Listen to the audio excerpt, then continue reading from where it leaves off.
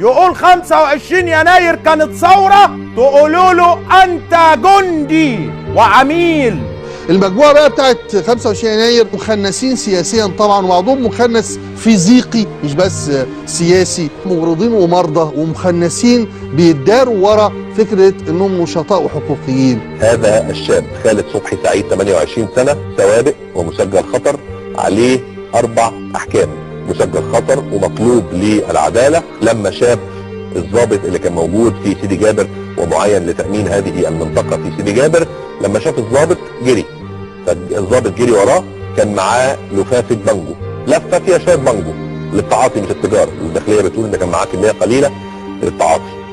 فلما الضابط جري وراه خاف انه لما يتمسك هيبقى الحرز معاه، فقام بلعه زي ما اسماعيل ياسين كده بلع قبل كده، مش فاكر كان فيلم اسمه ابن حميد وباين، قال لك شوكولاته وقام واكل البتاع، والتاني قال لك طلعت الدبي احسن توفيق الدين. الحكايه شبيهه، بلع لفه البانجو، والطب الشرعي اثبت ان الوفاه نتيجه اسفكسيا الخنق، اسفكسيا الاختناق، ان لفافه البانجو وقفت في القصبه الهوائيه فاصيب بالاختناق، مفيش اكسجين نزل من القصبه الهوائيه، طب مات.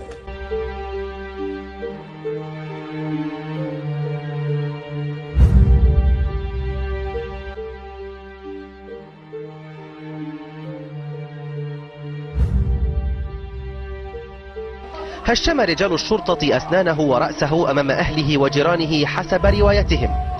أما تقرير الداخلية وتقرير الطب الشرعي فقد خالفا روايات شهود العيان. تقرير وزارة الداخلية المصرية الذي أكد أن خالد سعيد مات مخنوقا إثر ابتلاعه لفافة البانجو، متجاهلا هذه الصور وروايات شهود العيان.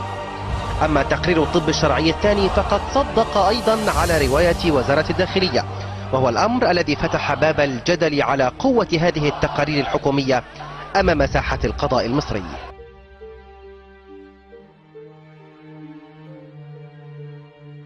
وثائق ويكيليكس، قطر تستخدم قناة الجزيرة لضرب الاستقرار في مصر.